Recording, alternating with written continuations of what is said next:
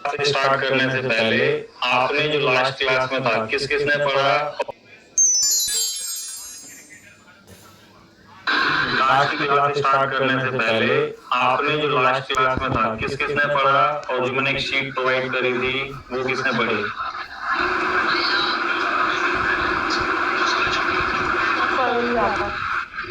पढ़ लिया था। हाँ जी, वही पढ़ रहा था। वही पढ़ रहे थे अभी। कल क्या कर रहे थे तुम?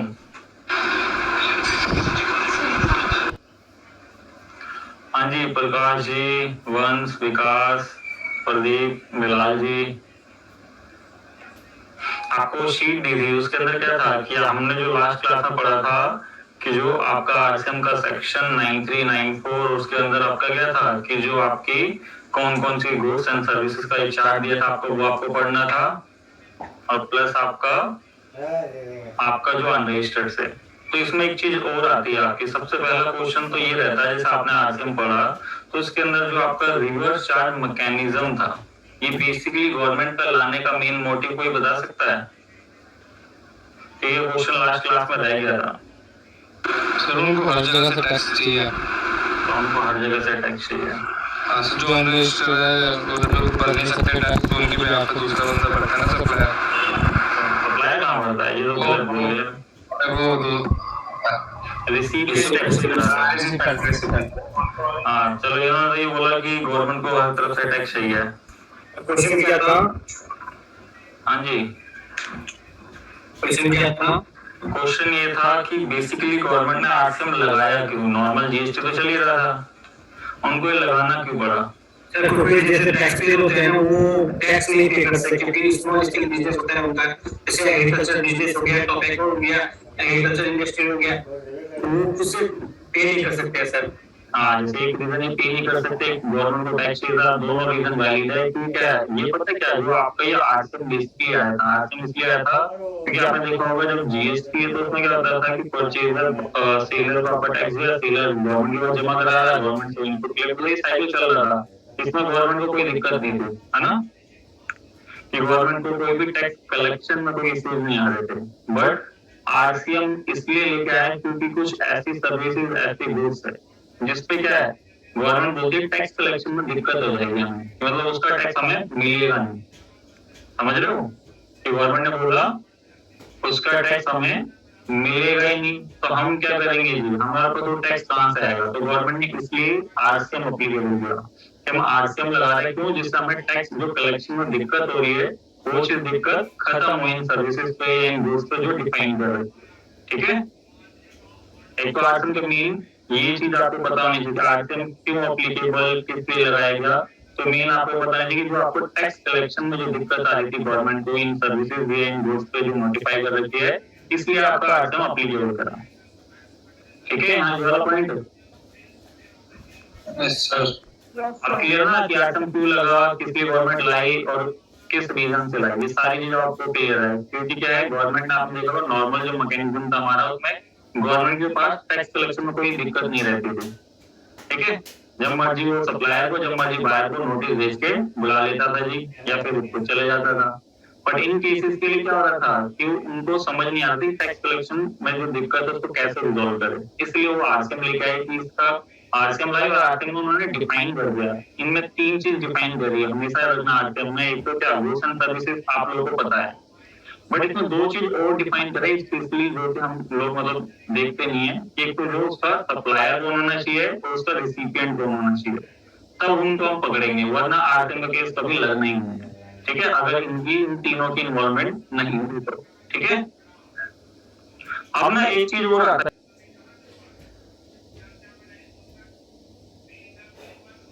इसमें कि आपका एक ना जैसे हमने नॉर्मल मैकेनिज्म एक रिवर्स चार्ज पढ़ा था, एक ना क्वेश्चन रहता है जिसमें फॉरवर्ड चार्जिंग का, जो फॉरवर्ड मैकेनिज्म बोल रहे हो, फॉरवर्ड चार्ज मैकेनिज्म बोल रहे हो, एक ये भी चीज आपकी रहती है जीएसटी में। तो कभी कभार आपसे ना घुमा के पूछ लिया जाता है कि फॉरवर्ड चार्ज या फॉरवर्ड चार्ज मैकेनिज्म क्या है, तो आप लोग कंफ्यूज हो जाओगे।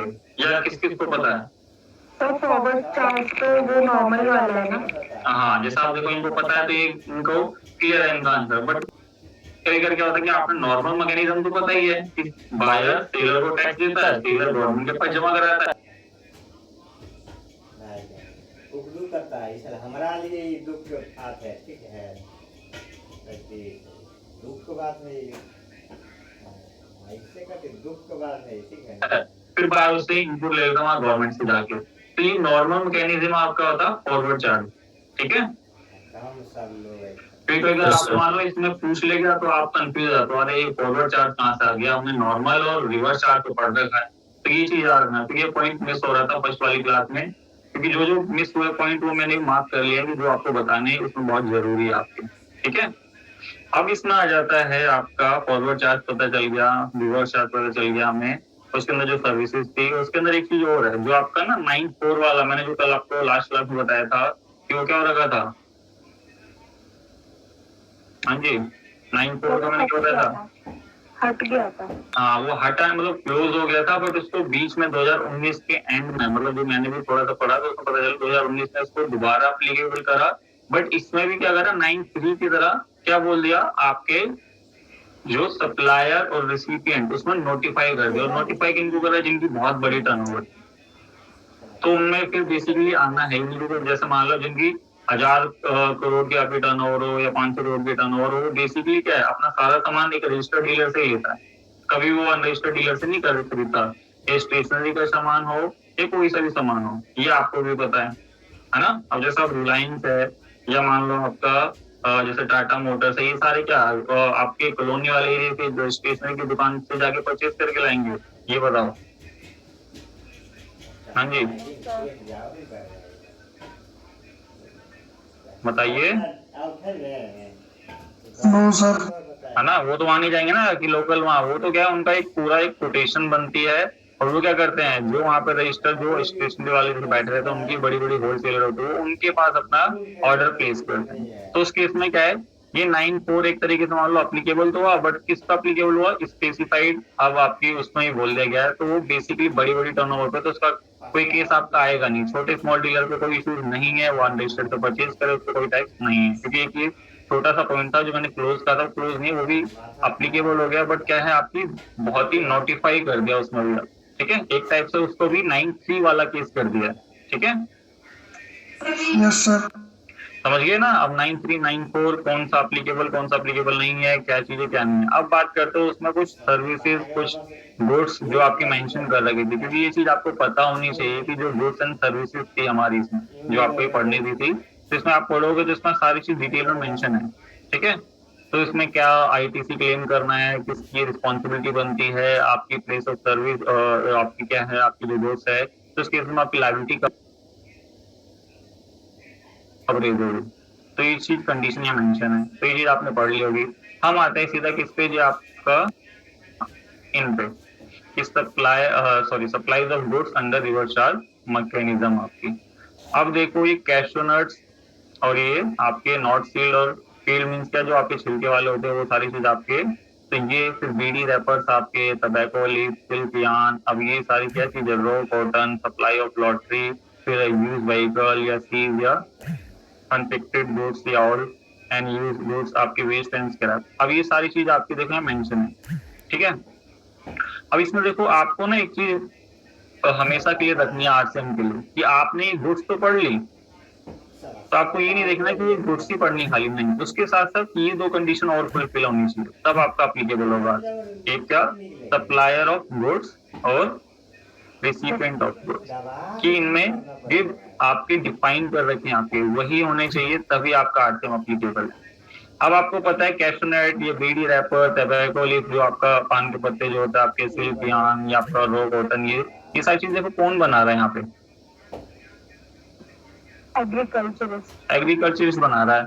अब आपने पढ़ा होगा टैक्सेशन में एग्रीकल्चर इसको क्या होता है, सारे टैक्स से माफी, मतलब पूरी छूट मिलती है उन्हें सर, है ना, एग्जाम्प्ट रहता है सारा का सारा। जो आपका जो भी सेक्शन आपका जो बोलता होगा, आपने पढ़ा होगा 20 समथिंग जो सेक्शन होता है इसका, उसके अंदर सारी एग्जाम्पशन में डाल रखा है। तो गवर्नमेंट कहती है चलो अब ये केस बन गया, तो अब इस केस में हम टैक्स कहाँ से लेंगे। अब आपका गवर्नमेंट बोलती है कि एग्रीकल्चर बना रही है तो एग्जम्पशन है, बट हमारे पास टैक्स कैसा आएगा। और फिर आगे ये पर्सन, ये रजिस्टर्ड पर्सन है, क्योंकि आप देखोगे रिसिपिएंट क्या बोल रखा है, एनी रजिस्टर्ड पर्सन। अभी रजिस्टर्ड पर्सन क्या करेगा, आगे जाके जब इसको सेल करेगा, है ना, वो तो क्या बोल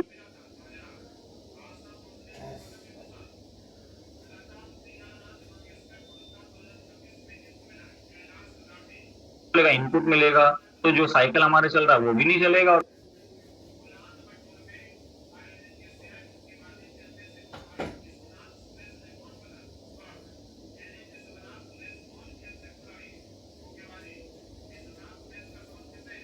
प्लस हमें इसका टैक्स भी नहीं मिल पाएगा। तो गवर्नमेंट ने क्या करा कि बोला हम इसको पकड़े किसान को, तो किसान को तो पकड़ नहीं सकते ना, क्योंकि क्या बोला जी, उसको तो सारी चीज माफ है और सारे कंप्लाइंसेस किसान कर सकता है। ये बताओ, जो जीएसटी में कंप्लाइंसेस आपने देखे, जीएसटी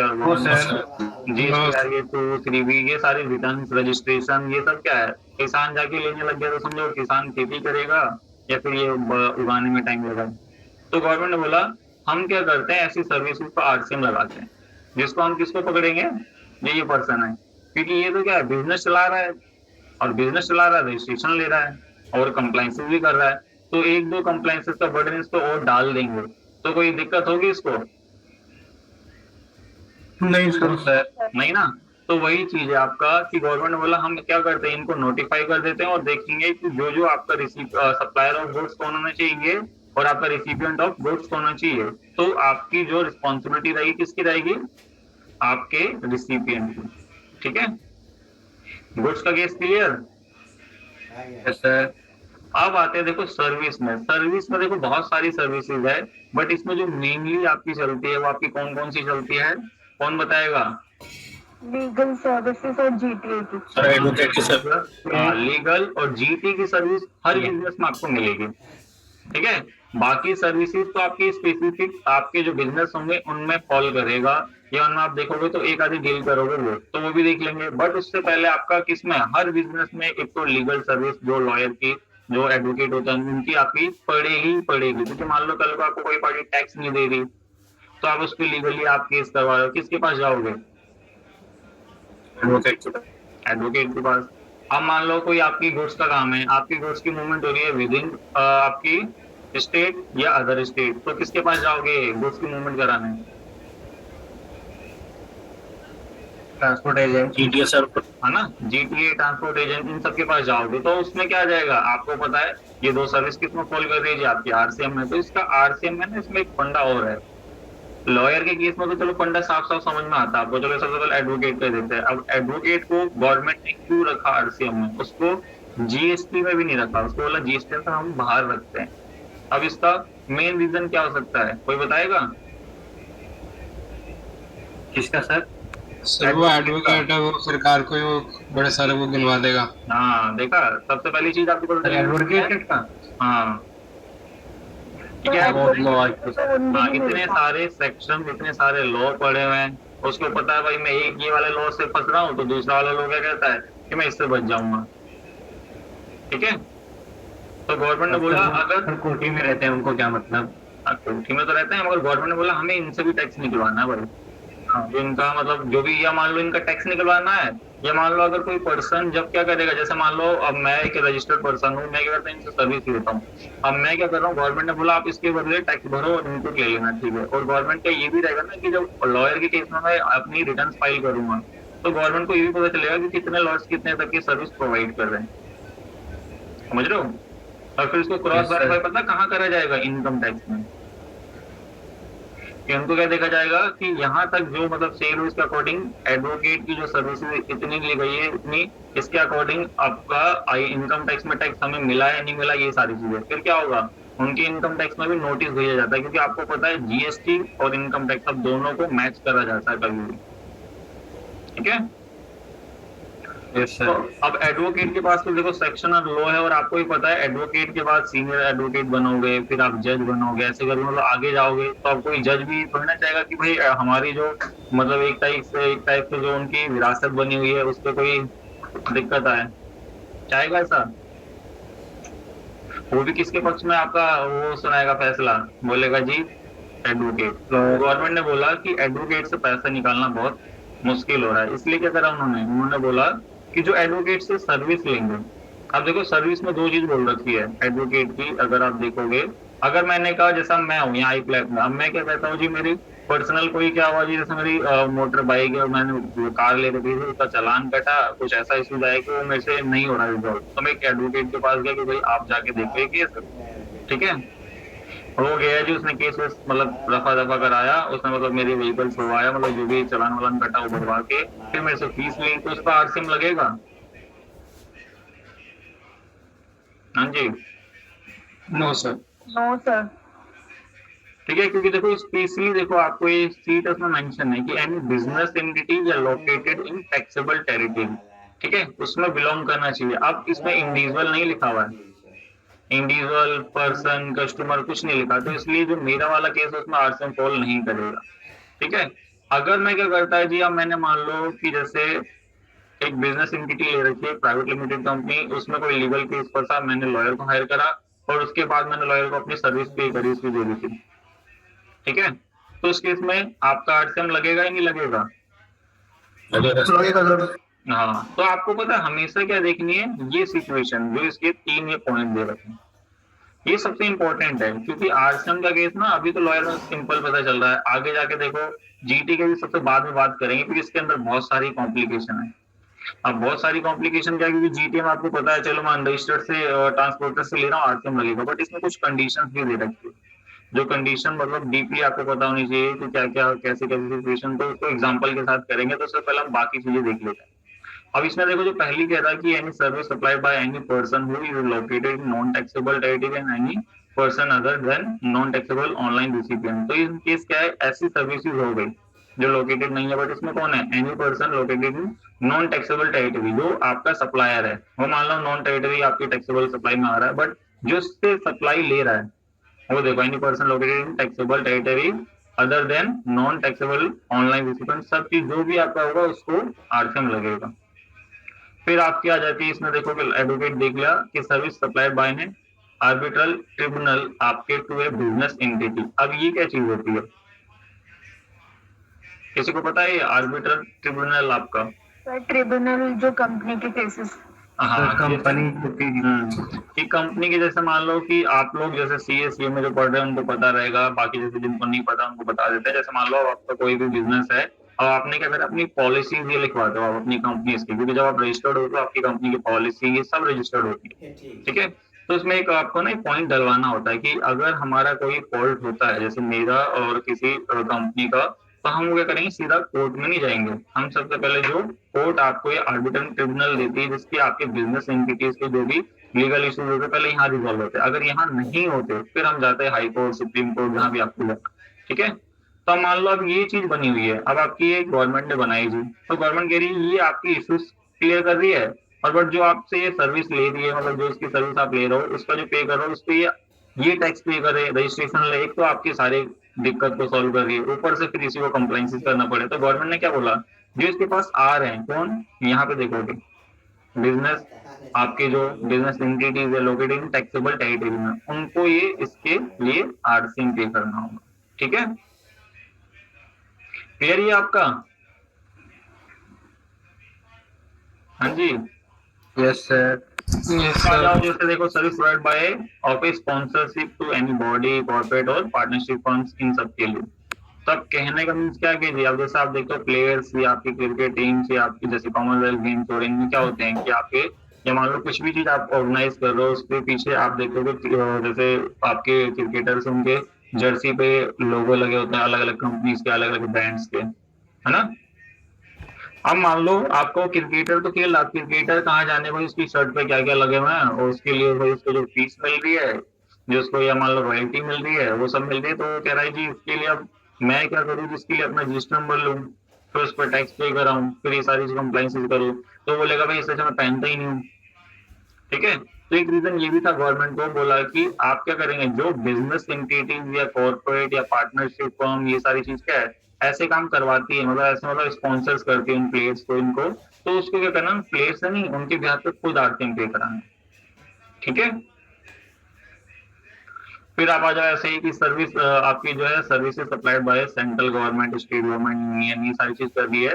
तो कह रही जी इसके अंदर भी क्या है कि जो गवर्नमेंट की सप्लाई कर रही है आपको, तो इसमें बिजनेस एंटिटीज को जो हो रही है तो वो भी आरसीएम में जाएगी। कि गवर्नमेंट कहती है कि हम ये सब पंगा नहीं पालेंगे कि जीएसटी की रिटर्न फाइल करो, ये सब करो, हम अपने में वैसे रजिस्टर्ड है स्टेट गवर्नमेंट से, सेंट्रल से, तो आप जानोगे कि क्या चीज आपकी है, आप बिजनेस चला रहे हो और आपने रजिस्ट्रेशन ले रखा, तो गवर्नमेंट बोला कि हम अपने ऊपर लाइबिलिटी नहीं लेते, किसको देते हैं सारा काम, इस पे जो बिजनेसमैन है। फिर आप आओगे ऐसे रेंटिंग, इमूवेबल प्रॉपर्टी, ऐसे करके बहुत सारे सेक्शन है। तो ये इसमें आप अगर कॉल करोगे तब तो इसी ऐसे करके सिचुएशन में फिर आप देखोगे यहाँ पे services supplied by director of A company या बॉडी कॉर्पोरेट। तो इस टाइप की सर्विसेज क्या आरसीएम में क्यों?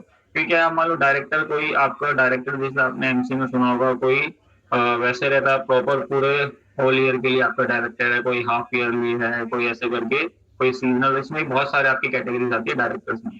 तो इस केस में क्या है कि अब गवर्नमेंट किस किस डायरेक्टर को कैसे कैसे पकड़ेगी? तो बोलती है जी हम क्या कर रहे हैं, जो कंपनी है जो इनकी सर्विसेज ले रही है, हम उनको बोलेंगे जी आप इसको आरसीएम पे करो, ठीक है। फिर देखो यहाँ पे आपको बोले जो सप्लाई, जो इंश्योरेंस आपकी अब LIC ये सब आ गई, तो इनके भी आपने देखा होगा एजेंट्स होते हैं। अब एजेंट्स क्या करते हैं, LIC की सर्विस आगे किसको सप्लाई कर रहे थे? कस्टमर्स, ठीक है। यहाँ कस्टमर क्या है, रिसिपिएंट कौन रहेगा? रिसिपिएंट रहेगा आपका LIC वाली कंपनी, क्योंकि क्या है ये आपकी सर्विस हो गई, ये एजेंट्स हो गए जो आपके जो सप्लायर है। कौन से सप्लायर जी? जो इनकी सर्विस को, और रिसिपिएंट ऑफ सर्विस कौन हुआ? जो LIC हो गई। तो LIC वालों ने कहा जी हमारे लिए एजेंट क्या कर रहे हैं, हमारी सप्लायर आगे प्रोवाइड करेगी इसको कस्टमर्स को, उनके हजारों कस्टमर्स हैं और लाखों एजेंट्स हैं।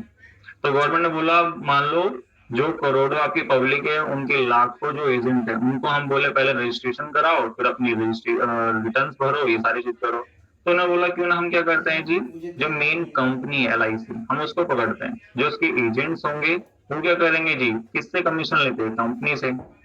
जिससे आगे जाके क्या है, कंपनी बोलेगी जी हाँ मेरा भी क्या कहते हैं इसको कमीशन देता हूँ अपनी सेल पे, तो उस टाइप से मेरे को उसके भी एडजस्टमेंट होगी। तो गवर्नमेंट ने इसको पकड़ा, इसलिए इंश्योरेंस कंपनी को, ठीक है। जिससे इतने सारे जो चेन बन रहे हैं उनमें क्या हो रहा है कि आपकी टाइम कंज्यूम होगा गवर्नमेंट के पास टैक्स जाने में। मान लो कल को उस कंप्लाइंस में बहुत दिक्कत आ रही है, तो गवर्नमेंट बोला आप एक रजिस्टर्ड कंपनी हो, सारी चीज आपने रजिस्टर्ड करा रखी है, आपकी सारी कंप्लाइंस करो। फिर ऐसे करके आपका रिकवरी एजेंट जो बैंकिंग के होते हैं वो सारी चीज, फिर ऐसे करके आपको बोल रखा है यहाँ पे अदर टेरिटरी से जो बिलोंग करते हो, फिर ऐसे करके एक दो सर्विसेज और बोल रखी है। तो बाकी जैसे कॉपीराइट्स, फिर आपका जैसे म्यूजिक डायरेक्टर, ये सारी चीज होते हैं।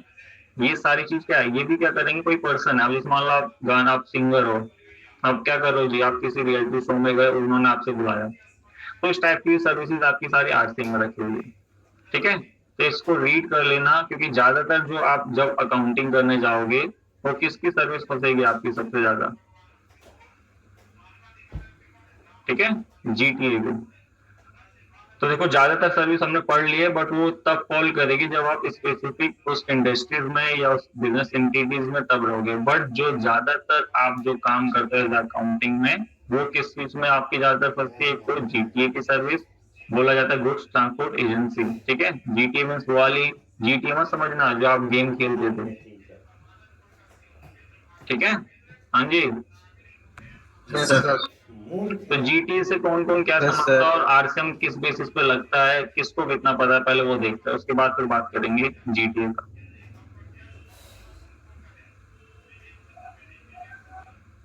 सर अगर जीटीए रजिस्टर्ड है तो फॉरवर्ड चार्ज ही लगेगा, और इसमें 1500 वाला इनवॉइस का कुछ था, मुझे याद नहीं आ रहा। चलो जी, इन्होंने देखो 2 पॉइंट बोले, चलो पहले इन 2 पॉइंट के ऊपर डिस्कस करेंगे। हाँ जी प्रकाश जी, कुछ आप कहना चाहोगे?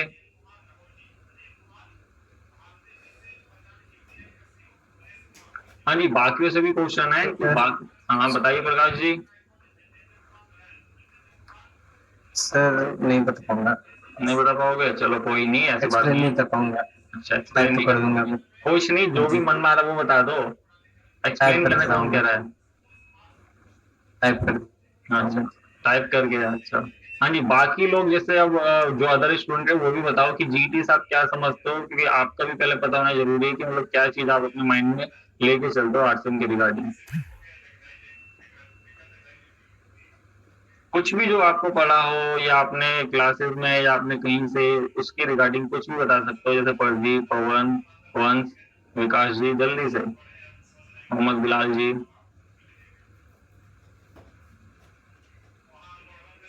कुछ नहीं पता जीटीए का? ठीक है जी, देखते हैं। ट्रांसपोर्ट की सर्विस होती है सर। और ट्रांसपोर्ट की सर्विस होती है, बिल्कुल करेक्ट है जी। बाकी जैसा आरसीएम किस बेसिस पे लग जाता है इस पे? थक गए यार, हैं? तो जो सर्विस ले रहा है वो टैक्स पे करेगा सर उसमें। सर्विस लेगा, टैक्स पे करेगा, और ये आपको जरूर बोलना है कि फॉल करती है आपकी 9(3) में, जो कि गवर्नमेंट ने नोटिफाई कर दिया है। अगर गवर्नमेंट चाहे तो इसमें और सर्विसेज बढ़ा सकती है, ठीक है। ये मत सोचना कि ये और सर्विसेज और नहीं हो सकती, वो गवर्नमेंट के ऊपर है। गवर्नमेंट सोचेगी कि आगे मेरे को इससे टैक्स मतलब कलेक्ट होने में बहुत दिक्कत आ रही है, जैसे आपको गवर्नमेंट को चाहिए टैक्स कलेक्शन में अगर दिक्कत आती है तो वो डाल देती है, आरसीए में कुछ और प्रोविजन बना देगी आपके लिए, ठीक है। सर तो अब बात करते हैं, देखो जीटीए की बात करते हैं, तो थोड़ा सा यहाँ आ जाते हैं इस पे। आपका जो गो वाइट बोर्ड है कि ये बहुत जरूरी है जी। इसमें आते हैं हम, आपने बोला जी जीटीए में जी, इसमें ना दो टाइप के आपको डीलर्स मिलेंगे, क्योंकि दोनों आपको पता होना चाहिए। क्योंकि आपको तो अभी तक पता है कि आप अगर ट्रांसपोर्ट की सर्विस लोगे तो आपका आरसीएम एप्लीकेबल हो जाएगा। बट अब मान लो ट्रांसपोर्टर को ना वैसे गवर्नमेंट सोचती थी क्योंकि ट्रांसपोर्टर ट्रक चला रहा है जी, तो उसको क्या पता होगा कि क्या जीएसटी भरना है, क्या फाइल करना है, तो उसको रखा था अनरजिस्टर्ड मानते थे पहले, मतलब कि उसको एज अनरजिस्टर्ड उसलिए उसका आरसीएम रख दिया। अब मान लो जो बड़े बड़े ट्रांसपोर्टर है, जिनके ट्रक मतलब 100 ट्रक है उनके पास, अब उनकी टर्नओवर भी जा रही है ऐसे करके 40-40 लाख या 1-1 करोड़ रुपए। तो गवर्नमेंट ने बोला जी अरे ये भी तो क्या हो रहा है, इनकी भी तो लिमिट क्रॉस हो रही है। तो गवर्नमेंट ने इन्होंने क्या करा जी, इनको बोला दो कैटेगरीज में रखा इनको। एक तो बोला आप एक यूआरडी ट्रांसपोर्टर मतलब अनरजिस्टर्ड ट्रांसपोर्टर, ठीक है। एक तो अनरजिस्टर्ड ट्रांसपोर्टर और एक को रखा जी रजिस्टर्ड ये साला उठो पाटो साला। ट्रांसपोर्टर, ठीक है। अब ये वाला तो आपको पता है अनरजिस्टर्ड वाला, कि अगर आप इससे क्या करते हो जी, अपनी सर्विस लेते हो, कि अगर आप इससे क्या करोगे, सर्विस लोगे, तो क्या इस पर अप्लीकेबल रहेगा? हाँ जी, आरसीएम सर, आरसीएम। आरसीएम, साफ साफ पता चल रहा है आपको। बट आपने कहा जी, हम आ जाते हैं अब इधर कि जो रजिस्टर्ड ट्रांसपोर्टर है, ये जो रजिस्टर्ड ट्रांसपोर्टर है उसने जीएसटी में रजिस्ट्रेशन ले रखा था। गवर्नमेंट ने इसको बोल रखा है कि आपके पास हम दो ऑप्शन दे रहे हैं कि आप जो जीएसटी है, आपको जो जीएसटी चार्ज करना है, आपको इस दो रेट से करना है। क्योंकि दो रेट का पंगा आपको पता होना चाहिए, एक कितना 5 और एक 12। तो गवर्नमेंट ने बोला अगर आप क्या करते हैं जी, जीएसटी ट्रांसपोर्टर बड़े ट्रांसपोर्टर हो चुके हो तो आपको हम दो रेट दे रहे हैं। अब ये आपको ऑप्शन लेना है, जैसे रजिस्ट्रेशन लिए तो जब रिटर्न फाइल करते हो तो उस टाइम इनके पास सबसे पहले रिटर्न में पूछा जाता है कि आप 5% ऑफ कर रहे हो या 12% टैक्स लगाओगे अपने सेल के बिल पे, जो मतलब अपनी सर्विस का बिल काटेंगे। तो अगर वो चूज करता है 5%, ठीक है, तो इनके लिए क्या है आपका, अगर ये चूज करेगा आपके लिए 5%, तो इसके लिए क्या है आपका जो इनपुट होता है, ये वाला नहीं है। क्योंकि जब जीएसटी में रजिस्टर्ड है तो ये क्या करेगा, ट्रक रिपेयर कराएगा या मान लो नए ट्रक खरीदेगा, तो इस केस में क्या आएगा, ये भी परचेज करेगा आगे से, जिससे परचेज कर रहा है उसके लिए गुड्स है, और इसके लिए क्या आएगा वो इनपुट है ना। तो बोला अगर आप 5% में लेते हो तो यहाँ पे आपको आईटीसी, नो आईटीसी, ठीक है। आपका जो आईटीसी है यहाँ पे आपके लिए नॉट अवेलेबल कर दो जो आप लिखना चाहते हो, ठीक है। और यहाँ पे बोला अगर आप 12% पे जाते हो तो आपका आईटीसी आपके लिए अवेलेबल है जी। अब ये क्यों अवेलेबल है और इसके लिए क्यों नहीं अवेलेबल है, ऐसा कोई सोचेगा या किसी को पता है कुछ? इनके पास इनपुट बहुत कम आता है। देखो इनके पास इनपुट कम आता है सर। हाँ देखो, अब इनके पास इनपुट बहुत कम नहीं आता है। मान लो, अब मैं बता रहा हूँ, इनपुट बहुत कम नहीं, इनके पास आउटपुट कम आएगा। अब मान लो ट्रक खरीदा, उसका इनपुट मिल गया इन्हें, मान लो 10 लाख का ट्रक था, अब उस पर 18% हम एज्यूम कर रहे हैं, तो कितना हो गई थी 1,80,000, अब वो आ गया, और ये टैक्स 5% चार्ज कर रहा है। मान लो पूरे 5% के हिसाब से उसके पास खाली लाख रुपए आ रहा है, तो उसका इनपुट ज्यादा हो गया है ना।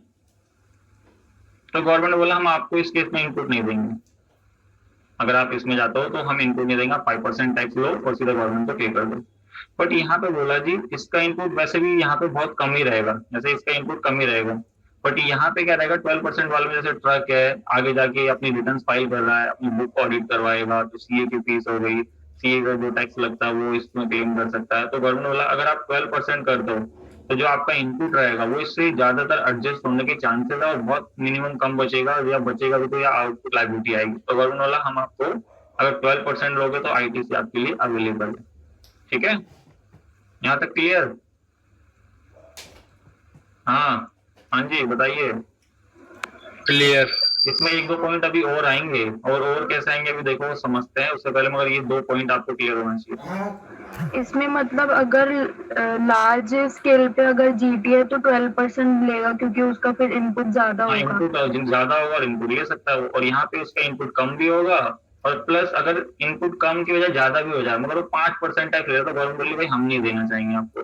फिर क्या होगा, बार बार ही बोलेगा मेरा इनपुट बहुत ज्यादा, लाओ मेरे को देते रहो जी। तो सर ये 5% आउटपुट पे निकलेगा ना? हाँ, आउटपुट जितने भी अपने सेल करेगा ना, उस पर 5% चार्ज करके सीधा गवर्नमेंट को पे कराएगा। ठीक है, हाँ जी, यहाँ तक क्लियर सबको? Yes sir. अब आ जाते हैं, देखो इसमें बात आ गई अब किस चीज की, अब आ जाते हैं एग्जाम्पल की बात। एग्जाम्पल क्या है जी, अब मैंने कहा अब एक कंपनी,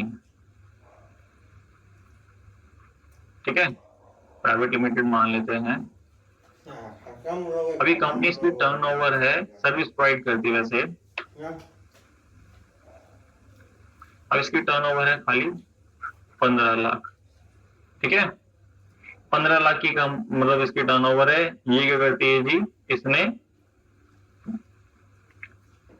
जीएसटी नंबर नहीं है इसके पास, तो इसमें क्या हो गया, अब इसने बोला कि इसने बोला जी इसके 2 ऑफिसेज हैं,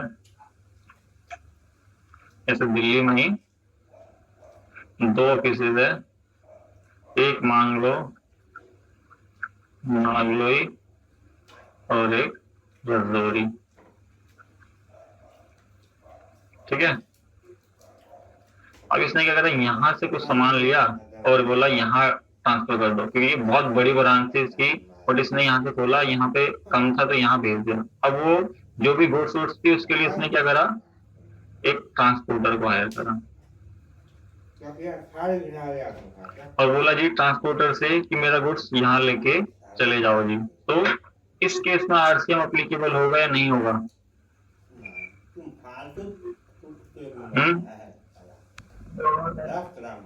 सर ये जो ट्रांसपोर्टर है रजिस्टर्ड है कि नहीं? अभी भूल जाओ, रजिस्टर्ड एंड रजिस्टर्ड पे भी आएंगे, बल्कि ये पूछना आरसीएम केस को फॉलो करेगा या नहीं। होगा सर। किसने कहा होगा जी? वंश ने? अच्छा, यस सर। पर सर ये सप्लाई थोड़ी हो रही है, ये तो सिर्फ गोडाउन से शिफ्ट कर रहे हैं ना दूसरी शॉप पे। हाँ, मगर इसमें देखो क्या चीज है, अब बिल प्रोवाइड करना पड़ेगा सर। अरे ईवी बिल तो ये आएंगे, उसको भी आएंगे, ईवी बिल तो बनेगा, मगर उससे पहले इसमें कॉल करेगा नहीं करेगा?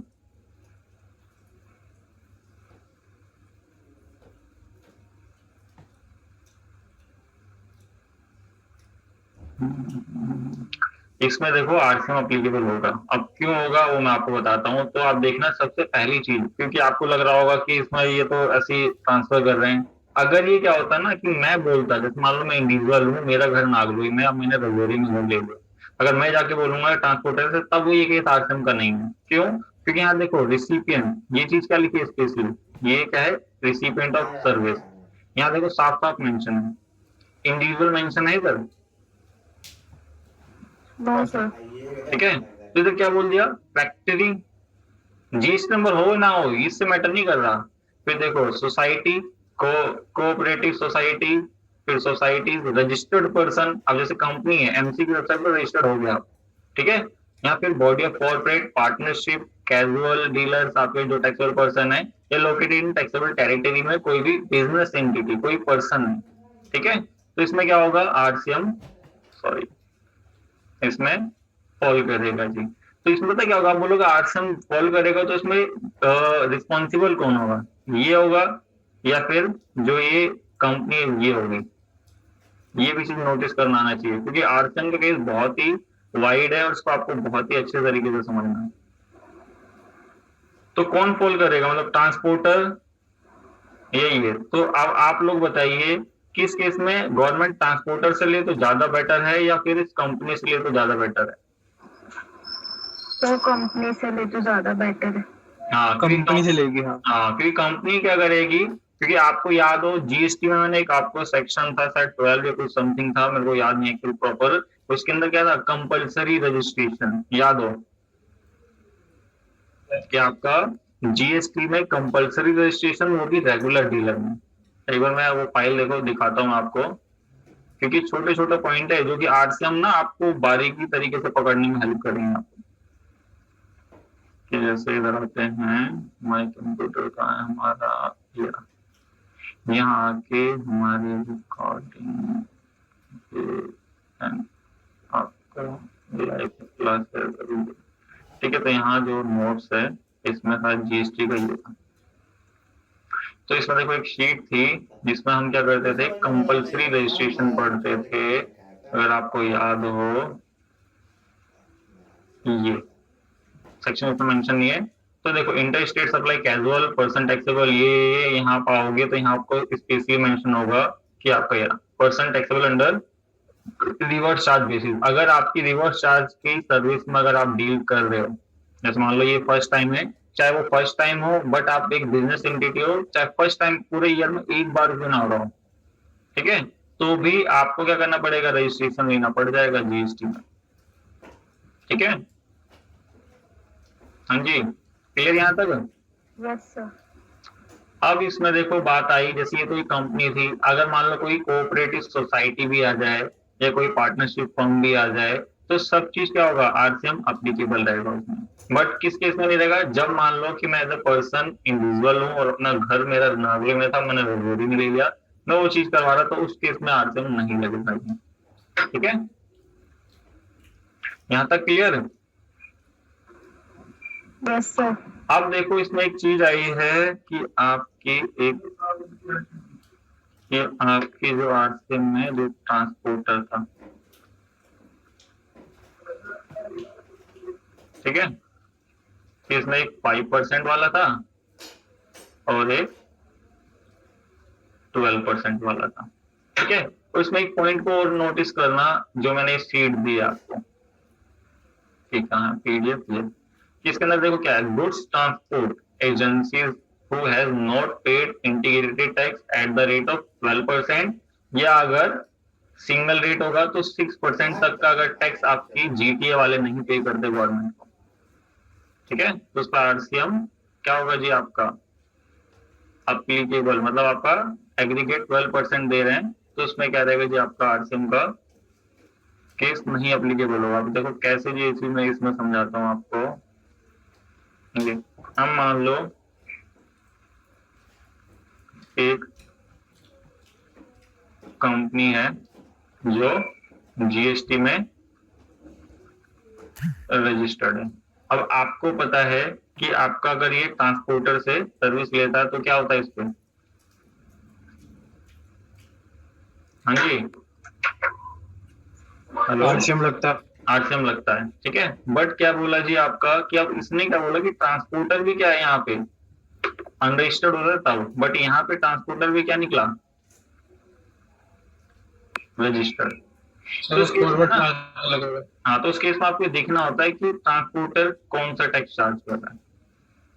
साफ साफ देखो यहाँ मेंशन भी है, आपको ये वाला पॉइंट दोबारा पढ़ाता हूँ कि goods transport who has not paid integrated tax, अगर ये इतना 12% टैक्स नहीं देगा तो आरसीएम जरूर एप्लीकेबल रहेगा।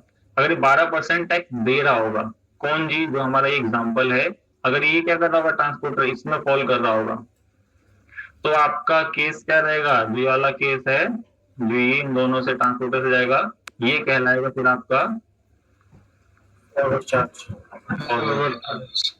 इसमें क्या होगा जी, आपका आरसीएम नॉट एप्लीकेबल। समझ गए?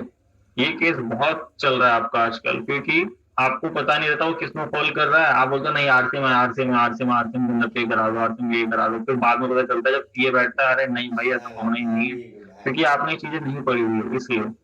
अगर ये क्या कर रहा होता, अगर ये इसमें फॉल होता तो 100% यहाँ पे आरसीएम अप्लीकेबल होगा, और ये क्या करेगा, एक नॉर्मल इनवॉइस काट के दे देगा जो इसकी सर्विस का होगा। 5% ये इससे चार्ज नहीं करेगा कि आप सोचो इससे चार्ज कर लेंगे, नहीं। ये 5% उनसे चार्ज करता है जैसे जो अनरजिस्टर्ड पार्टीज है, जो जीएसटी में रजिस्टर्ड नहीं है, वो उनके केस के लिए। समझ गए? हाँ जी, क्लियर? ये 5 और 12। तो ये 5% वाला नहीं समझ आया। 5 वाला देखो क्या होगा कि 5 वाले का एक तो देखो सबसे पहला फंडा था इनपुट और इसके लिए क्लेम करने का। जो इनपुट वाला हमने समझ लिया, अगर इसमें कॉल करेगा इनपुट नहीं मिलेगा, इसमें रहेगा तो इनपुट मिलेगा।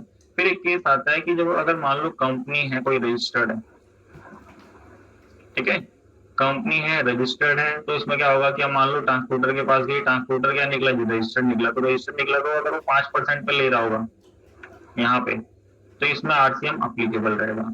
बट अगर वो 12%, मतलब ये इनसे चार्ज नहीं करेगा कि आप सोचिए इससे चार्ज करोगे, नहीं। ये मतलब ये उसके इसके लिए कि जब मान लो एक बड़ी इसकी टर्नओवर रजिस्टर्ड है, और ये अगर क्या कर रहा है 5% चार्ज किन से कर पाएगा, ये जो अनरजिस्टर्ड जैसे आएंगे आपके, जो जीएसटी में रजिस्टर्ड ही नहीं है, जैसे यूआरडी डीलर, ठीक है। ये वाला क्या रहेगा, ये हर डीलर से चार्ज कर रहा होगा, चाहे रजिस्टर्ड आए या कुछ भी आए, तो क्योंकि ये कौन सा हो जाएगा चार्ज आपका, फॉरवर्ड चार्ज हो जाएगा। इसलिए क्योंकि ये वाला टैक्स इसके पास जाएगा, ये गवर्नमेंट को जमा कराएगा, और दोनों का वैसे ही चलता रहेगा जैसे जो चलना है। इसमें आपका पंगा फंस जाता है, क्योंकि इसमें इसको इनपुट नहीं मिलना, तो गवर्नमेंट बोलती है चलो ठीक है जी, हम इसकी सारी रिस्पॉन्सिबिलिटी किस पे लेंगे, जी ये है। क्लियर? Yes sir. हाँ जी श्वेता जी, क्लियर आपका भी है? सर हाँ, थोड़ा बहुत क्लियर है। थोड़ा बहुत इसमें क्या कंफ्यूजन रह गई? सर अगर ये यूआरडी डीलर से चार्ज कर रहा है 5%, तो फिर ये पे भी तो करेगा ना? हाँ, तो ये पे कराता है ना गवर्नमेंट को सीधा, सारी जो टैक्स सारा गवर्नमेंट को पे कराता है। अब इसको आईटी नहीं मिलता। अच्छा ठीक है, ठीक है, इसको कोई लेने देना नहीं है, बस ये करता है उनसे चार्ज करता है और गवर्नमेंट को जमा करा देगा। क्योंकि क्या है, ये रजिस्टर्ड है, रजिस्टर्ड है, तो इसने बोला मेरा छोटे लेवल का काम है, बट मेरे को क्या है जीएसटी रजिस्ट्रेशन मैंने ले रखा है, क्योंकि मेरी टर्नओवर उतनी जा रही है, मतलब 20 करोड़ से जो सर्विस से ऊपर है, इसलिए मैं क्या कर रहा हूँ, ले रहा हूँ, बट मेरे को पता है कि इतना ज्यादा भी नहीं जाएगा कि मैं 12% ले लूँ। अच्छा और ठीक है। 12% में क्या रहेंगे, कंप्लायंसेस आपके बढ़ जाएंगे, इसमें कंप्लायंसेस कम रहेंगे, बस आपको क्या है टैक्स लिया उसको पे करा दिया। वरना अगर 12% लोगे तो आपकी रजिस्टर 1 रजिस्टर 3 भी सब फाइल करनी होगी। ठीक है सर। ठीक है, अब क्लियर आपका? यस सर क्लियर है। और एक चीज और याद रखना, कभी जैसा आरसीएम का केस अगर आपके पास कोई आता है, जैसे मान लो कोई पूछा आपसे कि हम कॉर्पोरेट बॉडीज को आपका प्रोवाइड कर रहे हैं, तो आपको ये देखना है कि जिसको सर्विस किस किस को मिल रही है, ये चीज याद रखना हमेशा। कभी आपसे गलती नहीं होगी आरसीएम वाली कंसिडर करनी है, क्योंकि जीटी की सर्विस आपको पता है ट्रांसपोर्ट की सर्विस होती है। सप्लायर कौन होगा तो आपको सप्लायर भी पता चल गए कि कौन हो सकता है, एक रजिस्टर्ड ट्रांसपोर्टर या रजिस्टर्ड ट्रांसपोर्टर, दोनों में से 5 और 12 वाला ही पता चल गया। प्लस फिर इसमें पता चल गया आपको यहाँ पे रिसिपिएंट ऑफ आपके जो सप्लाई है उसका कौन कौन है ये, तो अगर ये फॉल करेंगे उनमें तो आपके इन सब केसेस में आपका आरसीएम एप्लीकेबल होगा। ठीक है सर। क्लियर? Yes sir. क्योंकि ये सबसे इंपॉर्टेंट वाला पॉइंट है। फिर इसमें एक चीज आ जाता है, अगर मान लो इन केस आप ट्रांसपोर्टर हो तो एक केस और फंसता है, जो आपने बोला था बिल्टी वाला, एक वो भी ले लेते हैं कि बिल्टी वाला को याद हो, एक बिल्टी अगर बनेगी 750 की और एक 15, ठीक है।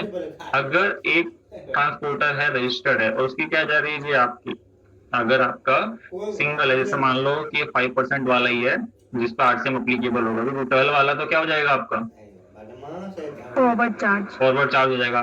तो आरसीएम एक इन दोनों पे भी कुछ बोला गया है कि 750 की अगर कोई बिल्टी, मतलब उसका जो भी वो रेस करता है वो, या फिर 1500 की, तो ये बोला कि अगर उस ट्रांसपोर्टर की एक सिंगल ट्रक जा रहा है और उसकी सिंगल बिल्टी कितने की, मतलब 750 मतलब बिल बना के मतलब एक टाइप से दे रहा हो, तो इस पे आरसीएम नॉट अप्लीकेबल।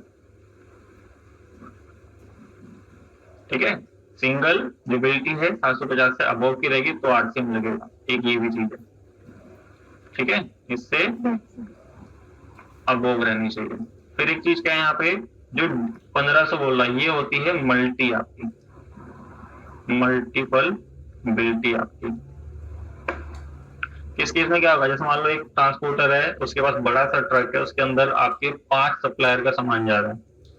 अब 5 सप्लायर वो चार्ज कितने कर रहा है जी उनसे 1450, तो उस पे नहीं है जी। अगर वो 1500 मान लो 2000 3000 चार्ज कर रहा है तब वो आपका क्या है उस पे, ठीक है, क्लियर ये दोनों पॉइंट। Yes sir. हाँ जी, तो ये देखो आरसीएम के ये कुछ पॉइंट्स है जो आपको पता होने चाहिए।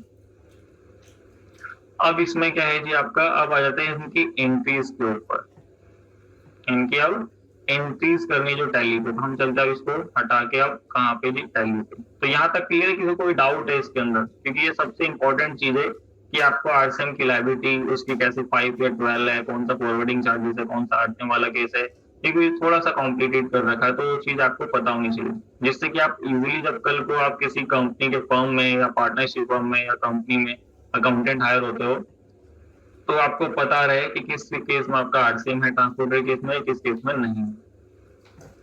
ठीक है, अब तो क्लियर हो जाएगा आप सबों को। Yes sir. अब इसकी एंट्रीज कैसे करनी है, अब हमने ये समझ तो लिया कि हाँ इसमें आरसीएम केस बनेगा, इसमें नहीं बनेगा, इसमें होगा, इसमें नहीं होगा, ये 12% वाला है, 12% वाला है, 5 वाला है, तो हम आ जाता है इसकी एंट्रीज करने के लिए। तो एंट्रीज करने के लिए मैंने ले रखी है एडवोकेट का वैसे एग्जांपल ले रखा है, जीटीए का logo same as it is ही करना होगा आपको। तो यहाँ पे आप देखोगे इसी में ये नहीं ये, तो इसमें हमने एक अंकित एसोसिएट करके एक मान ली हमने लॉयर फर्म है, उसमें क्या कर रहा है जी, हमने उनसे लीगल चार्जेस जो उनके थे उन्होंने एक सिंपल सा इनवॉइस काट के दिया 20,000 का, तो इसकी एंट्रीज हमें करनी है, उसके अकॉर्डिंग हमें उसके ऊपर आरसीएम पे कराना है। सेम सारी एंट्रीज ऐसी जीटीए की हो या फिर मान लो स्पॉन्सरशिप की हो, सारी सेम ऐसी ही रहेगी। आपको कितनी 3 एंट्रीज करनी है, बाकी जैसे कोई वैसे भी कराता है सिंगल एंट्री, तो मैं सिंगल एंट्री का भी इफेक्ट दिखा दूंगा आपको, बट पहले हम 3 एंट्रीज के साथ करते हैं जो प्रॉपर अकाउंट ऑफ आपके मेंटेन करके देगा आपके। क्यों, क्योंकि क्या है आपको जो आगे जाके बैंक रिकंसिलिएशन करोगे, और आपको पता है आरसीएम की लायबिलिटी किसमें पे कराई जाती है हमेशा, कैश में। हाँ, क्योंकि क्रेडिट लेजर सेटअप नहीं करोगे, अगर कर देते तो गलत है। और अब तो पोर्टल का आपका अपडेट हो गया, ऐसा चेंज हो गया है कि आपको जब चालान भरवाना होता है ना तो अलग से ही हो जाता है वो, ऐसा आपका एक चालान बनता है तो वहाँ दिखाता है एक फिक्स और एक आपका वैसे करके दिखाता है, तो आप अदर ऑप्शन लेके और अदर में दिखाओगे, जिससे आपका आरसीएम की लायबिलिटी अलग से पे करा दोगे। दुख है दुख। ठीक है, तो आप चलते हैं इन चीज के ऊपर। तो इन चीज देखो बिल्कुल सिंपल है, बस कुछ नहीं करना है। सबसे पहले जब आप सेटअप लगाते हो, हम टैली पे चलते हैं, हमारी कंपनी एमएन इंटरप्राइज है, तो हम इसको कर लेते हैं कॉपी और यहाँ आते हैं टैली पे। यहाँ के हम करेंगे कंपनी क्रिएट करेंगे, बाकी चीजें इसमें जैसे नहीं है अभी, आप जो जो डिटेल है उसके अकॉर्डिंग कर लेंगे, वरना आप अगर वहाँ के अकाउंटेंट बैठोगे तो आपकी सारी डिटेल पहले से फिल होगी। ठीक है, यहाँ पे दिल्ली फाइनेंशियल आपका 21 का है तो 21-22 ही रहेगा, मैं बस इसको सेव कर दिया। सेव करने का जब आप जीएसटी का सेटअप लगाते हो तो इसमें एक चीज है जो आपको अब अनेबल करनी है, क्योंकि आपको पता है आरसीएम की लायबिलिटीज आ रही है, तो आप जैसे इसको यस करोगे, जैसे ऑलरेडी यस है, तो आप यहाँ पे सबसे पहले तो आपका जीएसटी नंबर जो आपकी कंपनी का रहेगा आपको यहाँ फिल कर देना।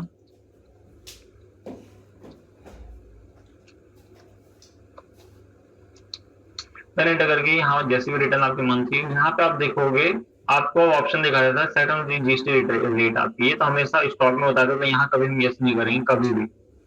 हम आएंगे यहाँ पे cannibal tax liability on advance receipt, तो अभी हम एडवांस का केस भी नहीं कर रहे, वो आगे करेंगे। हमने कहा हम कौन सा कर रहे हैं, enable tax liability on reverse charge, क्योंकि आप इसको यस नहीं करोगे तो रिपोर्टिंग आपको प्रॉपर रिफ्लेक्ट नहीं करेगा आपके 3B एंड रजिस्टर्ड 2 में, तो हमें इसको यस लेके चलना और कंट्रोल लेकर के समझ गए कि अब जीएसटी रिटर्न जीएसटी सेटअप में हमें एक कॉन्फ़िगरेशन कौन सी, अगर आप लिखना चाहते हो मैं दोबारा दिखा देता हूँ, इसको जरूर यस करना होता है। जैसे मान लो आपको पता चला आरसीएम की लायबिलिटी बननी स्टार्ट हो रही, तो आप एक बार यस कर दो, हमेशा आपके कंटिन्यू चलता रहेगा। कौन सी, enable tax liability on reverse charge, फिर साफ साफ लिखा परचेज फ्रॉम अनरजिस्टर्ड डीलर लिखा है, क्योंकि इन्होंने क्लैश करके ये लिखना चाहिए था अगर आपके स्पेसिफिक जो आपका आरसीएम का सेक्शन 93 वाला फॉलो करता है, बट इन ज्यादातर जगह पे अनरजिस्टर्ड मेंशन आएगा, तो आप इसको वो मत सोचना कि 94 वाला केस है या नहीं, ये आपका 3 में भी यूज होगा।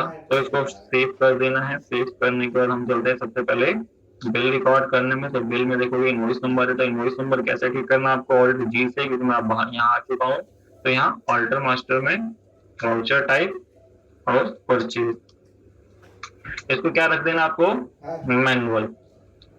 ठीक है, और एक चीज और, इसको डुप्लीकेट को जरूर यस कर देना। कल को डुप्लीकेट इनवॉइस बना के दे रहा है जिससे आपको इनपुट आगे क्लेम करने में दिक्कत ना हो, इसलिए फिर F9 से यहाँ आके अब देखेंगे जो इसका इनवॉइस नंबर है, आप सबसे पहले ये मेंशन करोगे। तो ये नहीं आया तो कोई बात नहीं, हाँ कैसे चला गया, कॉपी यहाँ पे हम एक खुद लिख देते हैं, Ctrl+V, देन एंटर करके यहाँ पे फिर एक बार ये मेंशन कर दो। दोनों में सेम कर सकते हो, वरना सबसे ऊपर वाला आपका इनवॉइस नंबर होता है। कौन सी डेट में था आपका, 2 अप्रैल F2 करके 2 अप्रैल यहाँ पे 2। फिर यहाँ पे हमारी पार्टी तो ऑल्ट सी करके हमने बनाया कौन सा, Ankit and associate, Ctrl+C Ctrl+V, then enter करके सन्नी किसमें रखूं इसे, हाँ जी सन्नी क्रेडिटर्स सर। क्रेडिटर्स, क्योंकि इसमें बहुतों की दिक्कत होती है, इसलिए बार बार मैं आपसे पूछता हूँ हर क्लास में, कभी जैसे इंक्रीज कर रहा हूँ, क्योंकि बच्चे इसमें बहुत गलतियां कर देते हैं। तो वैसे नॉर्मल है बट इसको आप गलती ना करो तो ज्यादा बेटर है। यहाँ पे फिर इसका एड्रेस, यहाँ पे कॉपी एंड Ctrl+V और हम लगा देते हैं खुद ही, फिर एंटर करके यहाँ पे copy and Ctrl+V, then enter करके यहाँ पे पिन कोड एक बार और आप बता सकते हो, फिर एंटर करके जीएसटी आपसे पूछेगा यहाँ अनरजिस्टर्ड, और कुछ नहीं करना। सेव करने का डिटेल आ रहा है, कुछ नहीं पूछना हमें जी, कुछ नहीं भरना। यहाँ आके और सी करके अगर आप बताना चाहते हो कि जैसे आरसीएम वाली परचेज है तो आप परचेज अंडर आरसीएम ऐसे कर सकते हो, ये जो भी आपको, या इंट्रा परचेज कर सकते हो, कोई ऐसा इशू नहीं है। जैसे आप इंट्रा परचेज लिख दो अगर आप चाहते हो, वरना आप इंट्रा परचेज अंडर आरसीएम कर सकते हो, या ब्रैकेट में आरसीएम लिख दो अंडर आरसीएम, ठीक है। जिससे अलग से क्लासिफाइड है आपका ये हेड, और ये आपकी उस मंथ की प्रॉफिट एंड लॉस में आप जो परचेज देखोगे। तो यहाँ परचेज में और कुछ नहीं करना, टैक्स वैक्स आपको कुछ नहीं करना, बट अप्लीकेबल जरूर रखना है, क्योंकि आगे रिपोर्टिंग नहीं दिखाएगा कि आपको जैसे टैक्स ही नहीं लग रहा तो मैं इसको नॉट अप्लीकेबल कर दूं। ये गलती मत करना, जैसा जा रहा है वैसा जान दो और कुछ नहीं करना। सेव करके जब इधर आओगे, ऑल्ट सी करा आपने, तो यहाँ किस चीज का, लीगल चार्जेस या लीगल एक्सपेंस जो आप बनाना चाहते हो उसका आप बनाओ। जैसे मैं भी बना तो मैं भी बना दे रहा हूँ, और यहाँ इसको लगा दिया लीगल चार्जेस। तो यहाँ देखो किस चीज में बन रहा है आपका बिल, क्या बन रहा है आपका, ये आइटम इनवॉइस में बन रहा है, हाँ, अकाउंटिंग में बना रहा है। हाँ बिल्कुल जी, क्योंकि किसी ने देखो ये नोटिस नहीं करा, बट मेरे को खुद ही पूछना पड़ा जब ये आ गया आपका। क्या आप देखोगे क्या बन रहा है आपका, स्टॉक आइटम, क्योंकि मैंने आपको बताया था यहाँ पे जब हम ये बिल बनाते हैं तो ये किस चीज का बिल, हमारा एक सर्विस हमने मान लो उसकी परचेज करी है तो सेल कर रहा है, तो हमारा स्टॉक तो है नहीं है, तो हम कंट्रोल क्या करेंगे, एच, और यहाँ पे कौन सा मोड यूज करेंगे, काउंटिंग इनवॉइस। Counting invoice. यहाँ हम आएंगे और यहाँ आके जब हम क्रिएट करेंगे तो देखो किस चीज का क्रिएट होगा, यहाँ पे ऑल्ट सी करके कि लेजर, और इसको किस में रखोगे आप, इनडायरेक्ट परचेज अकाउंट में भी आ सकता है ना सर। हाँ, एक्सपेंस या परचेज। एक्सपेंस से क्या होगा कि प्रॉफिट एंड लॉस में वहां शो करेगा, परचेज से क्या होगा तो आपकी परचेज में एग्रीगेट होगा जिससे आप खरीदी और उसको मैच कर पाओगे। तो अब आपके ऊपर डिपेंड करता है कि आप किस बेसिस पे और क्या करवा रहे हैं आपसे, या आप एक्सपेंस रखो या परचेज रखो, दोनों ठीक है। आपको यहाँ के जीएसटी जरूर यस करोगे, ठीक है, जीएसटी जरूर यस करके आप डिस्क्रिप्शन ना लिखो, बट स्टैक कोड जरूर बताना है इसका। स्टैक कोड जो भी इसका होगा, जैसे यहाँ पे 998211 जो स्टैक कोड है, इन नॉन जीएसटी कोड कुछ नहीं करना, ट्रांजेक्शन ऑफिस में भी कुछ नहीं करना, आपको आना टैक्सेबिलिटी। टैक्सेबिलिटी क्या रखूं मैं, टैक्सेबल। हाँ जी, इसको टैक्सेबल करोगे, क्योंकि आप सोचोगे नहीं ये तो क्या है जी आरसीएम में है तो इसका टैक्स तो कौन पे कराएगा, जो आपका अंकित में जी एमएन कराएगा, चलो ये तो पता है। फिर हमने कहा इसकी टैक्सेबिलिटी टैक्सेबल रहेगा तभी तो टैक्स पे करा रहा है, और आगे उसको आईटीसी क्लेम करेगा, तो इसको हमेशा टैक्सेबल रखना है। और इसमें एक चीज थी, अभी तक हम इन दो ऑप्शन को क्या करते थे, इग्नोर करते थे ना, नो छोड़ देते थे, बट अब से नहीं करेंगे, क्योंकि क्या है, रिवर्स चार्ज अप्लीकेबल, क्योंकि ये जो हम सर्विस रिकॉर्ड कर रहे हैं उस पे क्या है, आरसीएम अप्लीकेबल है या नहीं है, यस सर। तो हम इसको यस करेंगे। सेकंड वाला ऑप्शन हमें तब यस करना होता है जिसका इनपुट हम अपने बिजनेस में नहीं ले सकते। मान लो कुछ ऐसी गुड्स है या कोई ब्लॉक क्रेडिट में दे रखा है, जैसे एक ब्लॉक क्रेडिट का सेक्शन आपको पता होगा, उसके अंदर आपको मेंशन है, तो उसमें ये भी यस करेंगे। बट अभी इसमें वो नहीं है तो हम इसको नो रख के, यहाँ टैक्स रेट 18% होता है, क्योंकि सर्विस पे जो स्टैंडर्ड रेट बोला जाता है वो 18% रहता है। फिर इसको सेव करके यहाँ पे सर्विस ही रखना और इसको सेव। सेव करने के बाद आप इंटर करोगे तो कितने की वैल्यू है आपकी, जो हमारा यहाँ पे 20,000, तो हम यहाँ पे 20,000 लिखेंगे, फिर एंटर करेंगे। तो आपको पता है कंट्रोल आई करना, जैसा भी यहाँ पे दिखा रहा है, एक बार और एंटर करना कंट्रोल आई, तो यहाँ आपको दिखाएगा टैक्स एनालाइज। टैक्स एनालाइज में आप आना, तो यहाँ देखो टैक्स जरूर दिखाएगा, आप बोलो टैक्स तो दिखा रहा है, बट यहाँ पे एक चीज स्पेशल मेंशन करेगा, नोट कि amount of tax subject to reverse charge. कि कहने का मीन्स क्या है, ये वाला टैक्स हम क्या इसको नहीं देंगे, ये है सब्जेक्ट टू रिवर्स चार्ज, क्या हम इसको खुद पे कराएंगे। ठीक है, अगर आप बोलोगे इसके अंदर टैक्स लगा है, तो यहाँ देखो ऑल्ट सी करके यहाँ लिखना जी input C GST at the rate 9%, duty and tax यही बनता है लेजर सेंट्रल और 9, इसको सेव करा। टैक्स लगा इसमें? No sir.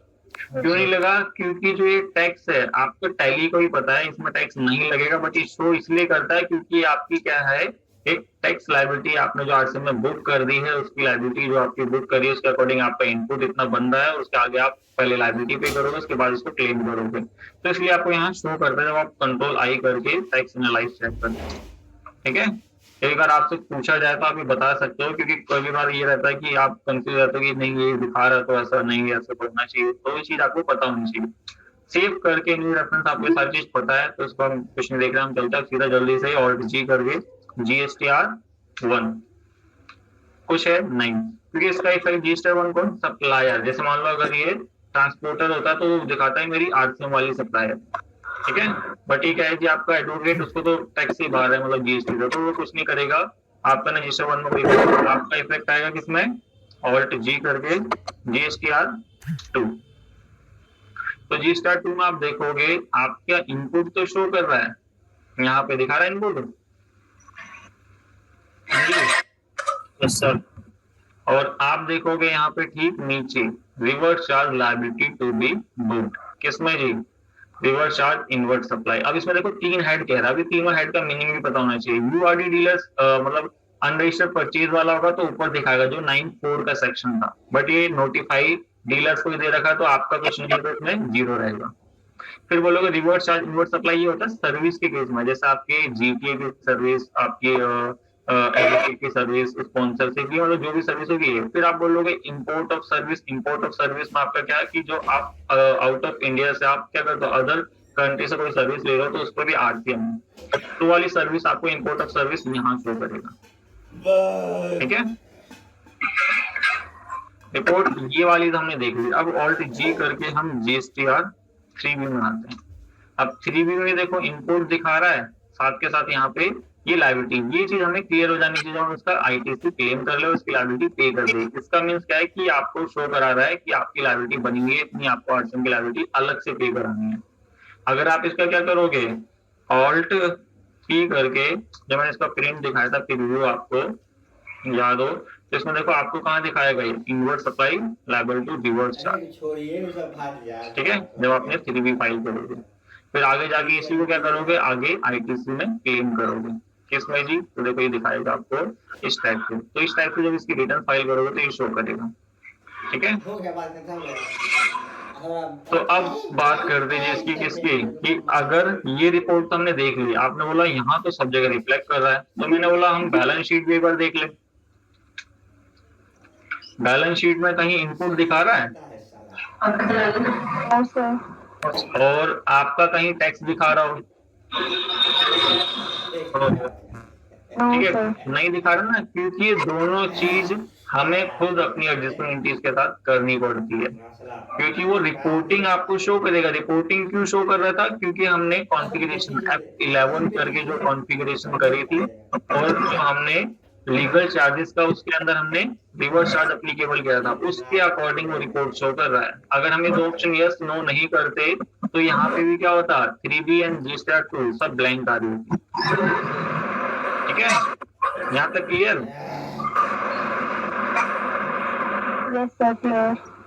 अब देखो, अब मैं आपसे पूछता हूँ एक इंक्रीज की, मैंने बोला कि मेरे को भी अपनी टैक्स लायबिलिटी यहाँ पे इंक्रीज करनी है, तो मैं क्या एंट्री पास करूंगा? मैंने बोला कि मेरे को अपनी टैक्स लायबिलिटी आरसीएम की पे करानी है। तो पे कराने के लिए मेरी लायबिलिटी दिखनी भी तो चाहिए। अगर मैं अभी पे कर दूं डायरेक्ट जाके तो मेरी बैलेंस शीट में डिफरेंस आ जाएगा, जो कि नहीं आना चाहिए कभी भी। तो मेरे को क्या करना है, एक एडजस्टमेंट पास करनी है। तो एडजस्टमेंट क्या पास करूंगा मैं, ये सबसे पहले आप लोग बताइए, अगर नहीं होता फिर मैं बताता हूँ। Tax paid on RCM to GST. तो जीएसटी नहीं, Paid on थोड़ी बहुत ठीक है RCM. जी। और कोई बता रहे, प्रदीप जी बताइए। नहीं पता सर। हाँ जी, और कोई, प्रकाश जी, वंश। सर ये paid on RCM to cash. क्या क्या क्या क्या, दोबारा बोलना बिलाल जी। Tax paid on RCM हाँ, to cash account. तो इससे तो डिफरेंस आ जाएगा ना आपकी बैलेंस शीट में। टैक्स पेड ऑन आरसीएम का कोई हेड हमारे पास होना भी तो चाहिए, इसलिए हमें सबसे पहले एडजस्टमेंट करनी होती है। हमेशा याद रखना, कभी एंट्री डालोगे तो हमेशा आपकी बैलेंस शीट में डिफरेंस शो कर देगा लायबिलिटी एंड एसेट साइड। तो आपको क्या करनी होती है, याद रखना हमेशा कि जो आपकी वाउचर्स में गए F7 में, हमेशा मंथ के एंड में कर देना इसे, ऑल्ट जे और यहाँ पे जीएसटी, और यहाँ करना आपको इंक्रीज ऑफ टैक्स लायबिलिटी। लिख लो कि सबसे पहली चीज हम कर रहे हैं परचेज की, तो आपने देख ली। अब सबसे पहली एडजस्टमेंट चीज जा रही है आपकी इंक्रीज ऑफ टैक्स लायबिलिटी। ठीक है, तो इसमें लिख लो कि आप क्या करोगे, जनरल वाउचर में पास करोगे, और जनरल वाउचर पास करते टाइम आप क्या करोगे, प्रेस ऑल्ट जे। ऑल्ट जे आपसे जैसे करोगे तो स्टेट एडजस्टमेंट के हेड पूछेगा। तो नेचर ऑफ एडजस्टमेंट में सबसे पहले यहाँ सेलेक्ट होगा आज आपका increase of tax liability. Enter, यहाँ आपसे पूछेगा एडिशनल डिटेल में। तो आप देखो दो ऑप्शन दे रहा है, तो हमारा कौन सा रहना चाहिए इसमें से, कौन बताएगा? रिवर्स चार्ज, क्योंकि अनरजिस्टर्ड वाला 9(4) का केस हो जाएगा, तो हम लेंगे अंडर रिवर्स चार्ज। ये दोनों ऑप्शन लेते हैं। यहाँ पे हम क्या करेंगे, अब जो हम टैक्स पे कर रहे हैं गवर्नमेंट क्या करेगी, आगे हमें को इनपुट दे देगी। तो एक टाइप से हमारे लिए क्या हुआ, करंट एसेट। हाँ बिल्कुल। क्या बोला प्रदीप जी आपने? Sir asset. अच्छा, बट करेंट एसेट। ठीक है, तो यहाँ ऑल्ट सी करके हम बनाएंगे टैक्स पेड ऑन आरसी।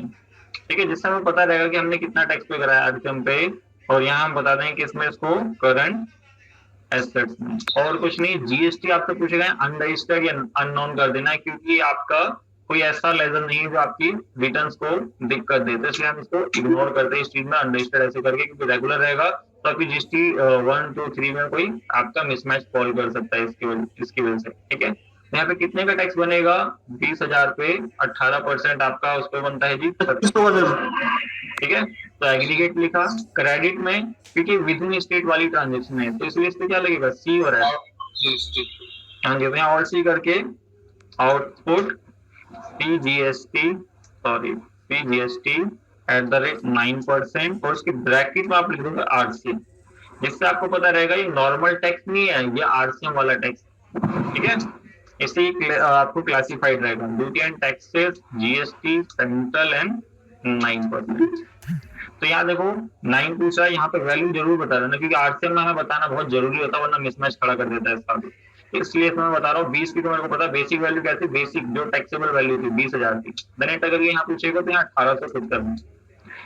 फिर यहाँ के alt C output SGST @9%, duty and taxes, GST, state and 9, और सॉरी इसमें चीज रह गई एंड में आरसीएम की लायबिलिटी। इस समय में नोटिफाई रहेगा जब हम पे करेंगे तो कि आरसीएम वाली लायबिलिटी थी और वो आपकी नॉर्मल। और सेव करते ही देखो क्या होगा, एक तो बैलेंस शीट सबसे पहले देखनी है, तो यहाँ टैक्स आ गया अब आपका। अब आप इसको पे करा सकते हो। हाँ जी, करा सकते हो, नहीं करा सकते? यस सर, करा सकते हैं। ठीक है, और अब आ जाते हैं डिस्प्ले मोर रिपोर्ट्स के लिए, और स्टैट्यूटरी रिपोर्ट्स में जाते हैं, जीएसटीआर 2 में जाते हैं। तो यहाँ तो इनपुट तो हमेशा दिखाएगा, क्योंकि आपको पता है आगे जाके आपके लिए इनपुट किया। बट जो नीचे हम ऑप्शन देख रहे थे, याद हो आपको, रिवर्स चार्ज इनवर्ट सप्लाई, ये क्या हुआ आपका, जीरो। क्योंकि लायबिलिटी थी वो हमने उसको लायबिलिटी अपने बुक में दिखा दी है, जो कि हमें जीएसटीआर 2 शो कर रहा था और 3B भी शो कर रहा था। और 3B में देखो इसका आईटीसी क्या हुआ जी आपका, यहाँ जो अलग से हेड दिखाता था क्यू वाला वो हट जाएगा, और यहाँ से ये वाला हट जाएगा जो ये है। और बस ये आपको कहाँ शो करेगा, इस वाले हेड में। तो ये वाला आईटीसी अभी दिखा देंगे किस बेसिस पर आपको शो कर रहा है, और ये वो अलग से भी यहाँ पे शो करना चाहिए अंडर किसमें, आरसीएम वाले हेड में। ठीक है, तो अब इसको क्या करते हैं जी, हम सबसे पहले ये टैक्स की लायबिलिटी मान लो आप पे करा रहे थे, आप पे करा दो। अगर पे कराना आपको तो हम इसको पे ही कराएंगे। तो कहाँ जाके, पेमेंट वाउचर F5 में जाके। बट उससे पहले मैं F6 में कैपिटल इंट्रोड्यूस कर दे रहा हूँ, क्योंकि वरना मेरे बैलेंस शीट में नेगेटिव हेड आ जाएंगे, तो मैं चाहता नहीं ऐसा हो। तो मैं कैपिटल की एंट्री एज एज्यूम डाल रहा हूँ, आप भी कर लेना। ठीक है, कैपिटल किस साइड में जाता है, अंडर कैपिटल के। और कुछ नहीं, इसमें भी जीएसटी का अननोन करके अनरजिस्टर्ड करके सेव कर देना, जिससे कोई इशू ना करे। मैंने कहा ₹1,00,000 में क्या कर रहा हूँ, कैपिटल इंट्रोड्यूस करा दे रहा हूँ, किससे, एसबीआई बैंक। क्वेश्चन के लिए कर रहा हूँ, वैसे आपकी कंपनी में जब आप काम करोगे तो अवेलेबल रहेगा, आपको नहीं करना पड़ेगा। इसलिए भी हम एक नई कंपनी के साथ कर रहे हैं।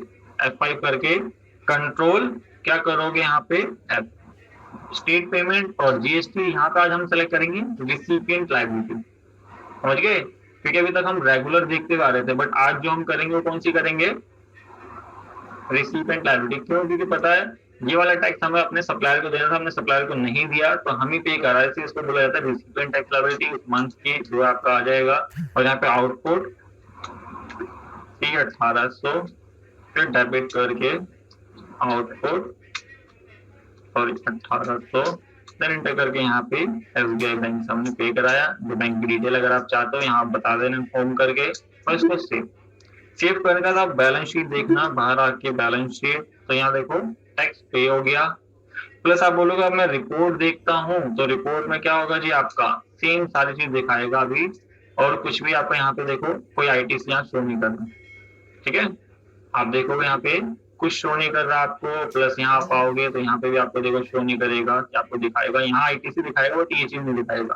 ठीक है, अब आपने बोला कि मेरा इसी मंथ मैंने अब जब पे करा दिया तो मैं आईटीसी भी ले सकता हूँ उसका। तो आपको कुछ नहीं करना, वाउचर से जाना सेम F7 में, दोबारा आपको ऑल्ट जे करना है, जीएसटी, और यहाँ आना करना है increase of input tax credit, ये increase of input tax credit. और यहाँ क्या सेलेक्ट करना है, परचेज अंडर रिवर्स चार्ज। और यहाँ जब आप आओगे तो इसकी एंट्री क्या पास करोगे, आप बताओ। हाँ जी, इनपुट को direct input GST to tax paid on RCM. हाँ ठीक है, कि यहाँ पे हम क्या करेंगे, और सी करेंगे। इनपुट का एक ऑलरेडी बना हुआ, तो मैं पहले वही सेलेक्ट कर लेता हूँ, इनपुट सी जस्ट 9%, और यहाँ पे वैल्यू लिख दूंगा 20,000 की वैल्यू थी टैक्सेबल, क्योंकि इसमें लिखना जरूरी है।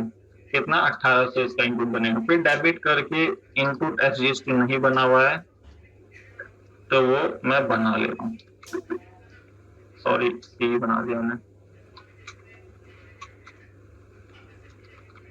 At the rate 9% duty and taxes, GST, state and, ठीक है। और यहाँ पे 18। अब आप बोलोगे मैंने यहाँ आउटपुट वाले क्यों नहीं, आउटपुट से मेरे को पता चलता है लायबिलिटी है, बट मेरी लायबिलिटी अब नहीं बढ़ रही, क्या बढ़ रही है आपकी, इनपुट।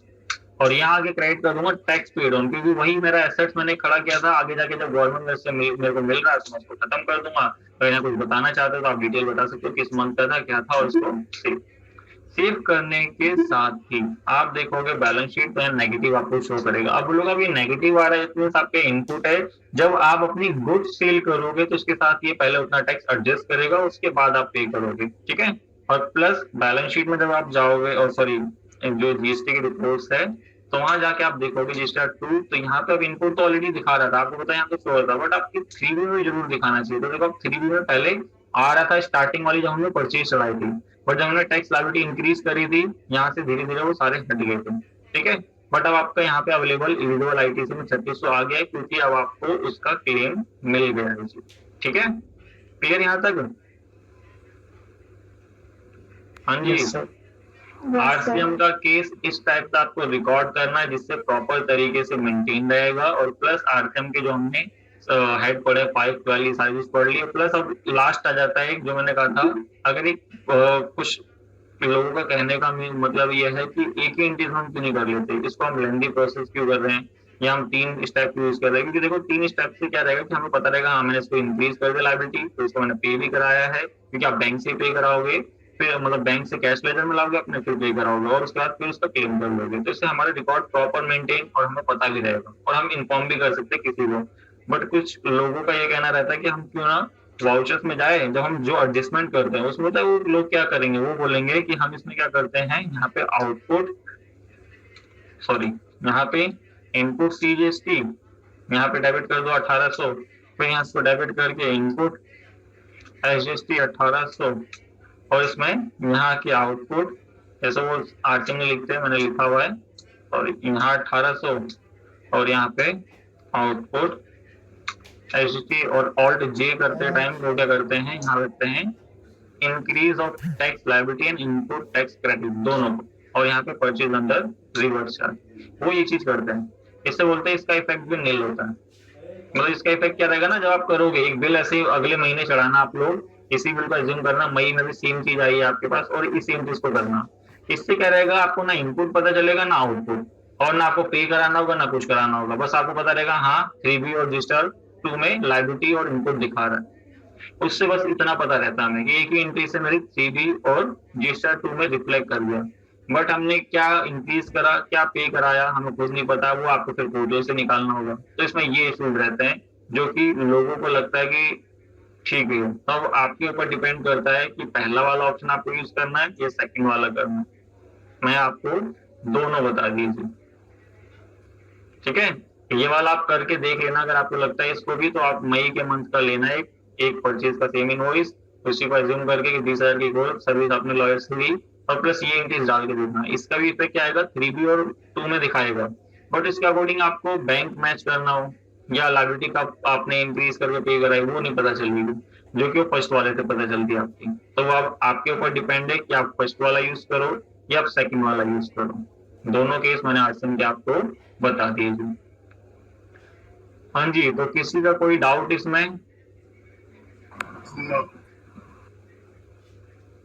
नहीं? No sir. तो फिर कोई डाउट नहीं, तो फिर मिलता है आपकी नेक्स्ट क्लास में एक नए टॉपिक के साथ। इस टॉपिक को आप जरूर करके देख लेना, क्योंकि हर बिजनेस में RCM के इंक्रीज और आपके ट्रांसपोर्ट के टाइम में किस में RCM लगेगा या नहीं लगेगा, बहुत इंपॉर्टेंट चीज है, ठीक है। सर इसमें एक ना GTA वाली की बता दो, परचेज की एंट्री कैसे होगी इसमें? सेम एज इट इज आपका GT का भी ऐसे सेम सर्विस का इनवॉइस आएगा, जो मतलब उसमें नाम क्या शो करना है?